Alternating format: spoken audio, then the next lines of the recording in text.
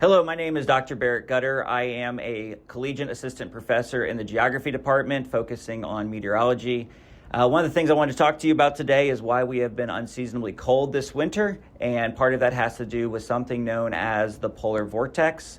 The polar vortex is simply a large area of very cold weather located in the upper parts of our atmosphere, and this is a really big driving point for a lot of the cold weather outbreaks that happen across the country. Typically, when the polar vortex is very strong, it is contained over the polar region.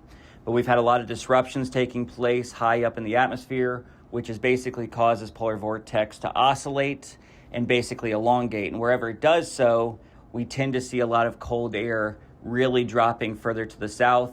Now, if you look at this image here, this animation, it's basically showing you where the polar vortex is associated. Now, you notice over here is the North Pole, and we see this very large elongated flow around the North Pole. Now, this is the polar vortex, and it has weakened or basically spread out or elongated.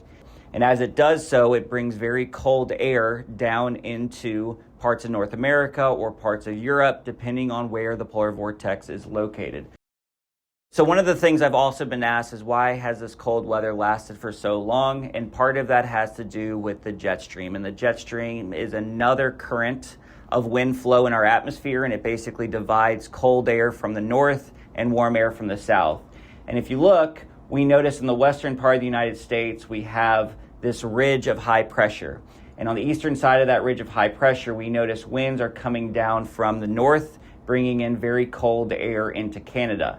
And as long as this ridge stays in place over the western part of the United States, we will be continuing to bring in very cold air from the north. However, in the next few weeks or so, that pattern could flip and we could get more into a neutral pattern.